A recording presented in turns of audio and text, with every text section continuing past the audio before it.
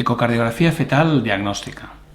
En principio, los objetivos de la ecocardiografía van a ser, el principal es confirmar o descartar la presencia de una cardiopatía congénita, y en el caso de que la diagnostiquemos, obviamente se va a modificar el manejo de la gestación. Habrá que caracterizar la cardiopatía al máximo, hacer el diagnóstico, diferenciar y descartar en principio que hay anomalías extracardíacas asociadas o anomalías cromosómicas. Hay que valorar de una forma adecuada el pronóstico perinatal para comentarlo con los padres. ¿Cuál sería el tratamiento neonatal si es que es necesario, si es que la cardiopatía es ductus dependiente y por tanto este recién nacido se va a beneficiar de ser atendido en un hospital de nivel terciario? Y finalmente también hay que hacer al menos una pincelada rápida e importante de cuál es el pronóstico infantil en una primera estimación, para que los padres sepan también a qué atenerse en cuanto a la cardiopatía.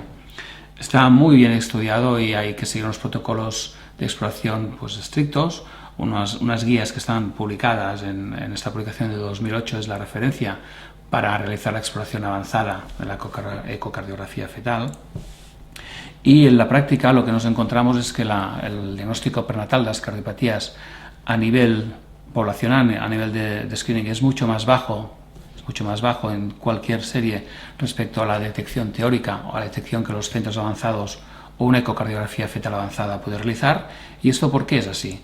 Bueno, en principio el corazón es un órgano tridimensional, complejo, es un órgano que además tiene muchas partes de diferente tamaño, tridimensionalmente están relacionadas de una forma concreta, la relación espacial entre las arterias, las venas, todo esto es difícil de valorar a nivel de planos. Además, lógicamente, a medida que avanza la gestación, el corazón va cambiando de tamaño, va creciendo, y esto también, en cierto modo, modifica la capacidad que tenemos de hacer el diagnóstico prenatal.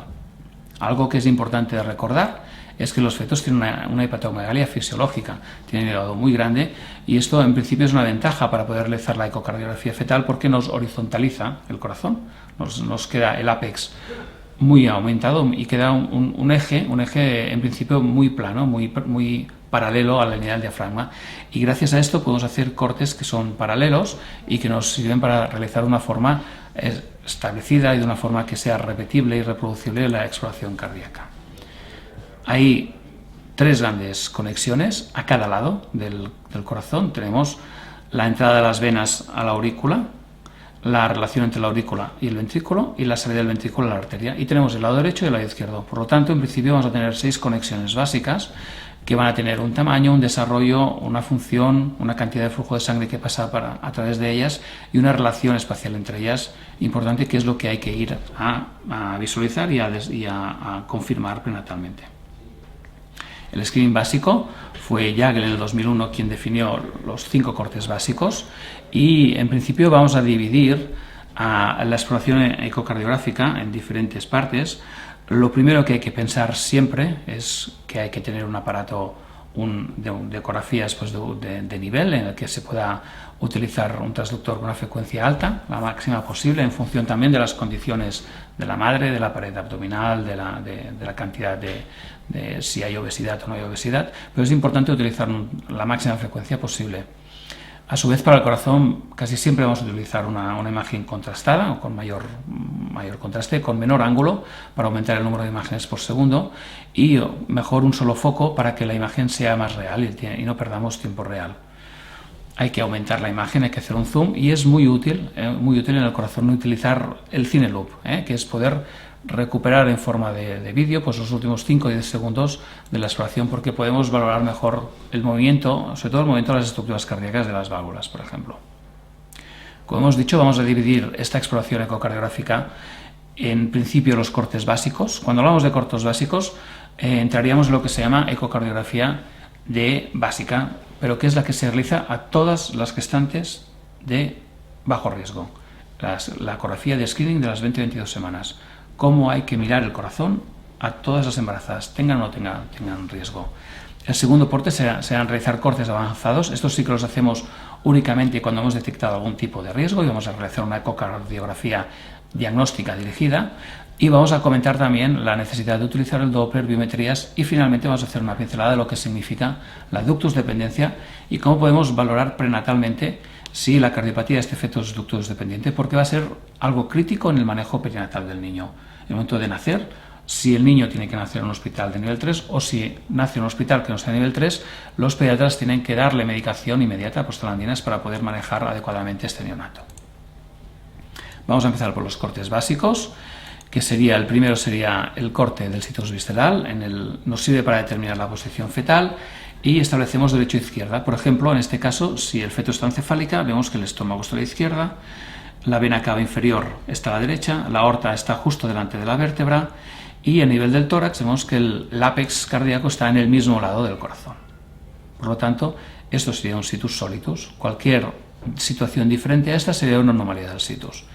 El segundo punto es el corte de las 4 cavidades, que aquí tenéis un checklist de puntos de ítems que hemos de revisar en todos los fetos. Hay que ser sistemático y no dejar de perder ninguno de estos. Y vamos a empezar viendo idealmente un corte apical en el que se ven el tamaño del corazón es más o menos 1/3 de lo que sería el tamaño del tórax, el eje cardíaco, que si viéramos una línea entre las vértebras y el esternón, el eje es el ángulo que nos hace el septo interventricular, el ápex, la punta del ápex cardíaco, que es alrededor de unos 45 grados. El tamaño del lado derecho y del lado izquierdo es muy similar, el ventrículo derecho y el ventrículo izquierdo son similares, la aurícula derecha y la aurícula izquierda son similares, los ventrículos y las aurículas se contraen más o menos al mismo tiempo, la apertura y cierre de las válvulas atrioventriculares. Vamos a ver también el septo interventricular, que esté íntegro, la inserción de las válvulas tricúspide y mitral, que en el punto de inserción aquí en el eje interventricular son un poquito desplazadas. La tricúspide se inserta aquí, un poquito más baja en el septo interventricular que la mitral, que se inserta un poquito más alta. Por lo tanto, esto sería lo que llamamos el septo atrioventricular, en el que separa la aurícula derecha del ventrículo izquierdo.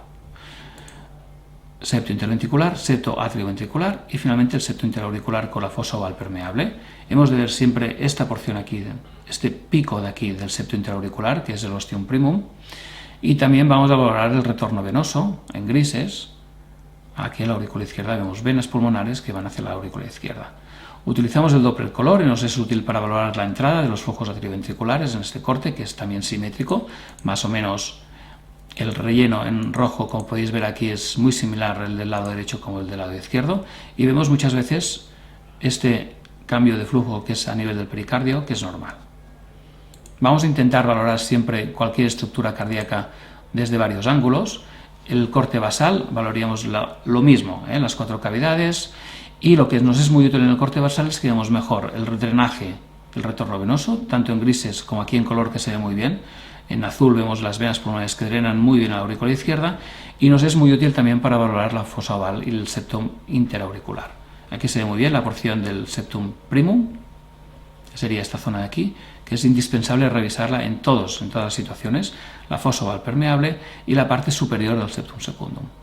Aquí se ve muy bien también la inserción un poquito más apical de la tricúspide respecto a la mitral, y este trocito de aquí, que sería el septo atrioventricular, separa la aurícula derecha del ventrículo izquierdo. Finalmente, si podemos realizar también un corte lateral, nos es útil porque acabamos de confirmar mejor la integridad del septo interventricular y del septo interauricular, y también vemos la relación de las 4 cavidades, las venas pulmonares drenando la aurícula izquierda, y en Doppler color vemos también que no hay ningún tipo de flujo que haya paso a través del septo interventricular. El siguiente corte va a ser el de la salida de la aorta, que hemos de revisar siempre la continuidad entre la aorta y el septo interventricular, y lo vamos a ver muy bien. Es un corte que es paralelo al anterior, un poquito oblicuado, y vemos aquí la aorta saliendo del ventrículo izquierdo. Hay una continuidad anatómica entre el septo interventricular y el infundíbulo de la aorta. Esto blanco que aparece y desaparece es la válvula aórtica. Aquí vemos que no la vemos, y aquí se ve. Así tiene que ser, aparecer y desaparecer. Esto nos indica que funciona bien la válvula, y esto formaría la parte del infundíbulo aórtico que conecta con la válvula mitral. Por lo tanto, la continuidad anatómica válvula mitral, aorta, septo interventricular es importante. Doppler color nos ayuda a confirmar esta integridad anatómica y que el flujo de sangre es el adecuado. Aquí vemos en rojo la entrada a través de la mitral desde la aurícula izquierda al ventrículo izquierdo, y la salida en azul de la aorta, del flujo de la aorta. Igual que antes, realizamos otro corte y vemos, igual que antes, la continuación anatómica entre la aorta, la válvula aórtica el septo interventricular y la válvula mitral. Aquí vemos cómo la válvula aórtica aparece y desaparece, que es lo habitual, y la aorta ascendente, y aquí da el giro del arco aórtico. Y aquí vemos con Doppler color lo mismo, como nos confirma que el flujo de la aorta nace del ventrículo izquierdo, es este flujo en rojo, que nace completamente del ventrículo izquierdo, no se ve acelerado, no se ve complicado. Integridad del septo interventricular con salida de la aorta. El siguiente punto será valorar la salida de la pulmonar, que sale del ventrículo derecho, y en principio vamos a ver una arteria. La válvula también vemos en blanco que aparece y desaparece. Es un corte paralelo y superior, se correspondería al corte de los tres vasos. Vemos la bifurcación de la precoz de esta arteria pulmonar, que es la arteria pulmonar derecha, la arteria pulmonar izquierda y la continuación con el ductus arterioso que va a buscar a la aorta descendente. Doppler color nos confirma que el flujo a través de esta salida pulmonar es normal, no es turbulento, tiene velocidades adecuadas y que va en la dirección adecuada. El cruce de las grandes arterias lo valoramos desde el punto del corte de 5 de cavidades, desde la salida de la aorta hasta este corte de salida de la pulmonar. Y vemos la relación espacial entre la aorta, que va de la izquierda a la derecha, con la pulmonar, que va de delante a atrás. Aquí vemos muy bien la aorta y la pulmonar. La aorta y la pulmonar que va es este tronco que nace de derecha, de delante a atrás. Por lo tanto, este sería el cruce, la visión en este barrido del cruce de los grandes vasos, de las grandes arterias. Finalmente, el quinto plano de Jagel sería el corte de los tres vasos con tráquea, en el que hemos de identificar los tres vasos y la tráquea. Ahora lo veremos con un dorso anterior. Aquí vemos la confluencia en forma de V invertida, en este caso, izquierda a derecha. Vemos pulmonar con la válvula pulmonar, tronco de la pulmonar, ductus arterioso, aorta con istmo aórtico, la tráquea y la cava superior. Y con el Doppler color vemos que el flujo de sangre tanto en el ductus arterioso como en el istmo aórtico es anterior a de los dos y por tanto es confluente. Tenemos que verlos con un dorso anterior, los dos en rojo. El tamaño de los vasos es discretamente algo mayor la pulmonar que la aorta y algo mayor la aorta que la cava superior, pero es muy similar en todo el trayecto. Si aquí intentáramos decir en realidad cuál de los dos arterias es más grande, pues si no lo medimos, pues veremos que la proporción es prácticamente de 1 y así es como tiene que ser. Igual que los otros cortes del corazón, vamos a intentar ver también con un dorso posterior y vemos la convergencia en forma de V de las dos grandes arterias, la pulmonar y de la aorta, cava superior y la tráquea. Y con el Doppler color, pues el flujo confluente entre la aorta y la pulmonar con esta forma de V, cava superior y la tráquea. Por lo tanto, en un screening básico a toda paciente hacemos el barrido desde la cavidad abdominal, vemos el estómago, la aorta justo delante de la vértebra, la cava inferior a la derecha de la aorta, y esto sería la vena umbilical. Vamos subiendo hasta el tórax, corte de 4 cavidades, con todo lo que las características que hemos dicho, el tamaño, el eje cardíaco unos 45 grados, lado derecho, lado izquierdo, igual la salida de la aorta, la salida pulmonar y el cruce, y la forma de los tres vasos con tráquea. Y con el color confirmamos el flujo anterógrado a nivel de todas las válvulas, la salida de la aorta aquí en azul, y el cruce con la pulmonar en este punto y la forma de la V de los tres vasos con tráquea de forma convergente. Volvemos a hacer el barrido. Quinto plano de Jagel, estómago, cuarto plano de Jagel, 4 cavidades, salida de la aorta, no acabalga, continuidad con el septo interventricular, cruce y salida de la pulmonar, 3 vasos con tráquea, y con el Doppler color que nos confirma que el flujo es anterógrado y adecuado a nivel de todas las estructuras que hemos visto. Vamos a pasar a los cortes avanzados.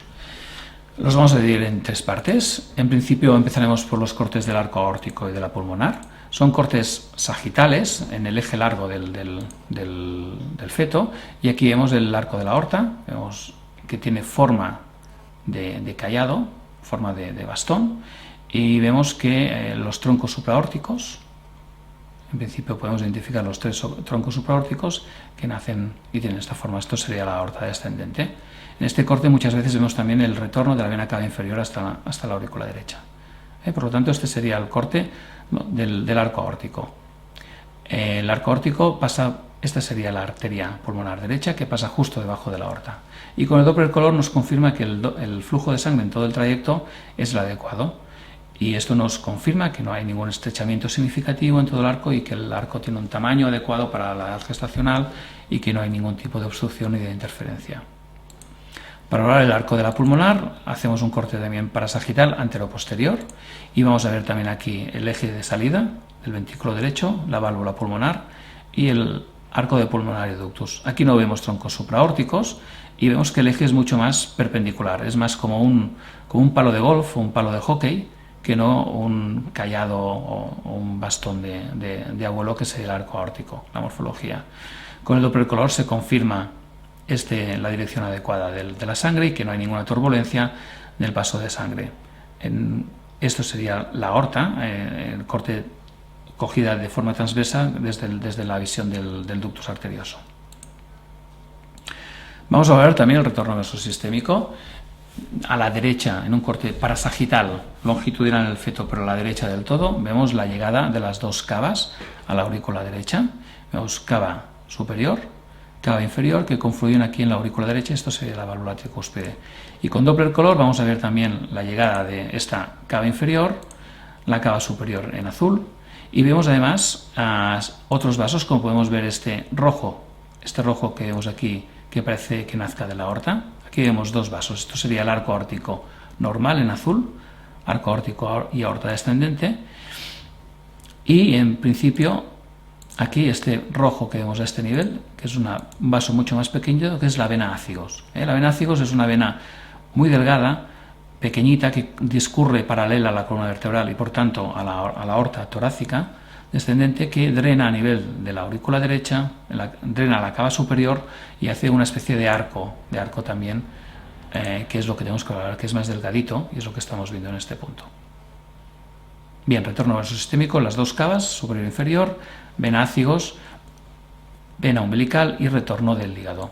También es importante que veamos el drenaje de la vena umbilical. La vena umbilical entra aquí en el ombligo, hace un trayecto más o menos tortuoso, aquí se estrecha, lo vemos muy bien cómo se estrecha, y confluye, esto sería la zona del ductus venoso, y confluye con venas que provienen del hígado, que son las venas suprahepáticas, llegan hasta el corazón, hasta la aurícula derecha. Por tanto, confirmar el retorno de vena umbilical, más o menos un trayecto tortuoso, existencia de ductus venoso, que es el vaso se estrecha de una forma crítica, se queda con un tercio o la cuarta parte de su diámetro y confluye justo antes de entrar en la cava, en la cava inferior y en la aurícula derecha, confluye también con las venas suprahepáticas. Vena umbilical con ductus venoso. El retorno venoso pulmonar lo hemos visto antes. Va a ser muy útil utilizar el Doppler color, por supuesto. También se puede valorar en grises, pero el Doppler color nos confirma que lo que estamos viendo en grises pues son las venas pulmonares que llegan a la aurícula izquierda. Aquí lo vemos, la confluencia de las venas en una de las venas pulmonares, aquí la vemos drenando a la aurícula izquierda, y en rojo vemos las venas pulmonares del lado izquierdo. Estos serían venas pulmonares del lado derecho, una de las dos venas pulmonares del lado derecho, y aquí vemos una de las dos venas pulmonares del lado izquierdo, en rojo. El Doppler color nos puede ser útil para confirmar que esta vena que estamos mirando es vena pulmonar, tiene una morfología muy característica, muy parecida a la del ductus venoso, trifásica, con una contracción atrial habitualmente presente, y la pérdida de la morfología de esta onda de velocidad de flujo en las venas pulmonares puede sugerir que hay un problema obstructivo o un problema del retorno venoso pulmonar, que a veces es la única forma que tenemos de sospechar que hay una anomalía del retorno venoso pulmonar. Doppler valvular, ¿cómo lo valoramos? Vamos a buscar las válvulas. Aquí vemos muy bien el eje largo de la arteria pulmonar, vemos la válvula y el cursor lo vamos a poner justo después de la válvula. Aquí ponemos el cursor del Doppler pulsado y nos da esta velocidad, esta onda de velocidad de flujo con unas velocidades pico que siempre que sean alrededor de las 20 semanas superiores a 100, 120, hemos de sospechar que hay un problema que sea obstructivo, un problema de estenosis de la válvula pulmonar, de malformación de la válvula pulmonar. Si tenemos velocidades del rango de entre 50 y 100 en este nivel, pues en principio vamos a considerar que la válvula se está formando bien. La tricúspide, lo mismo, vamos a poner el cursor después de la válvula tricúspide, ya en el ventrículo, y vemos que tiene esta forma característica picuda con dos velocidades, la onda E, que es la contracción, es la diástole precoz, que se produce por abertura pasiva de la válvula, y esto es la onda A, que sería el flujo de sangre a través de la contracción atrial, y durante la sístole, que no hay paso de flujo a través de la válvula. Finalmente, para valorar la mitral y la aorta, como hemos comentado que hay una continuidad anatómica, lo que nos encontramos muchas veces es, si ponemos el cursor a nivel por debajo de la válvula mitral, vamos a ver básicamente flujo mitral, tiene el mismo tipo de flujo que la tricúspide, onda E, de entrada, abertura pasiva de la válvula, y onda A, contracción activa de la aurícula y por tanto llenado ventricular activo durante la diástole. Movemos un poquito el cursor, nos vamos más hacia la aorta, y aquí podemos ver la onda EA de la mitral y ya la salida de la aorta. Esta es la forma adecuada para poder valorar, por ejemplo, el índice TEI, porque vemos en el mismo tiempo el flujo mitral y el flujo aórtico.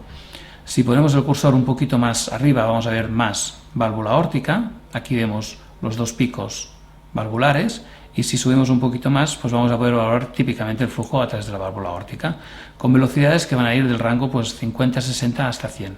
Igual que la pulmonar, velocidades superiores a 100-120 nos han de hacer sospechar que hay una displasia, una malformación o una estenosis. Estos picos, estas rayas que vemos aquí, son los abertura y cierre de la válvula.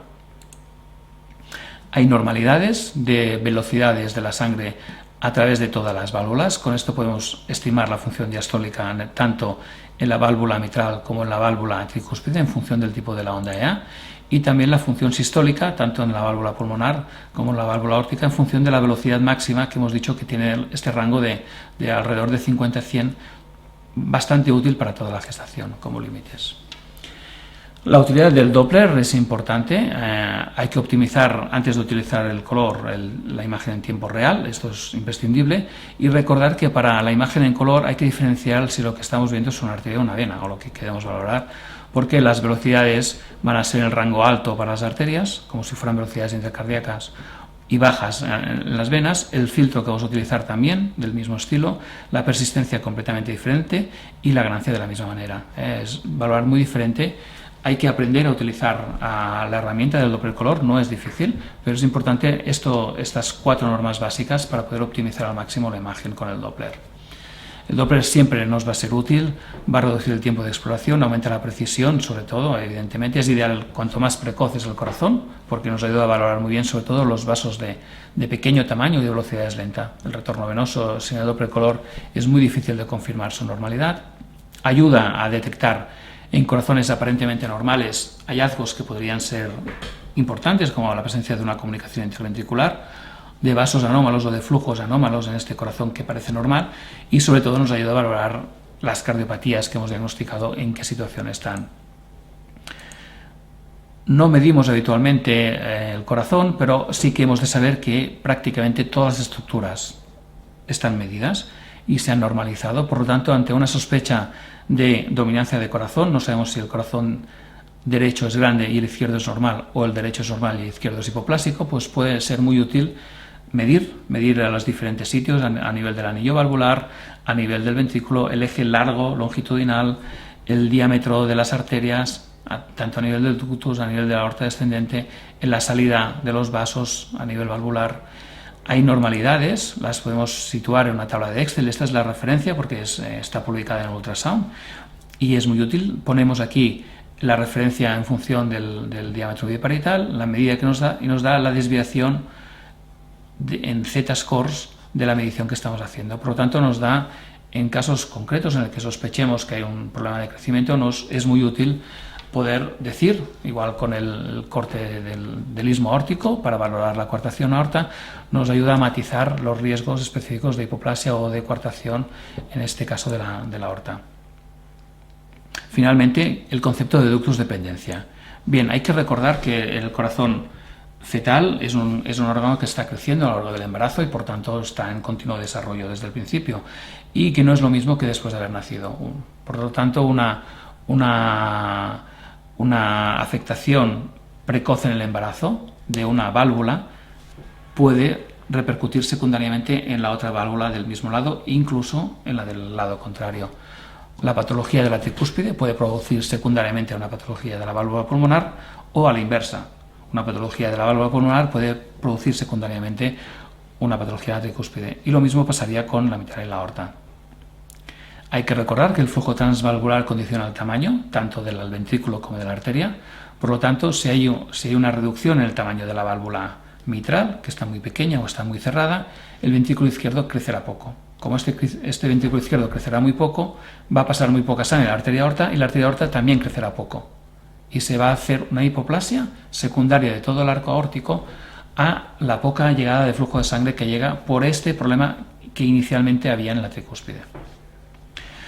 De la misma manera sabemos que la patología valvular puede ser evolutiva y vemos a veces al principio del embarazo una válvula estenótica, pero sin demasiados problemas a nivel de la circulación sanguínea del feto, y vemos que esta estenosis cada vez es progresiva, se convierte en una estenosis crítica o incluso llega a cerrarse del todo. Hemos visto esta secuencia en vida fetal de tener una válvula más o menos estenótica hasta una válvula completamente cerrada o atrésica. Y esto sabemos que es algo que puede ocurrir durante el embarazo.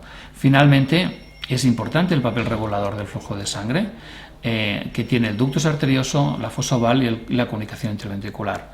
Ante una obstrucción severa, por ejemplo en el corazón izquierdo, podemos ver que la existencia de una comunicación interventricular o de los shunts naturales, que serían el ductus y la fosa oval, permite descargar la sangre por esta vía y permite el crecimiento de estructuras o permite sencillamente que el feto sobreviva hasta el momento del nacimiento, gracias a estas estructuras.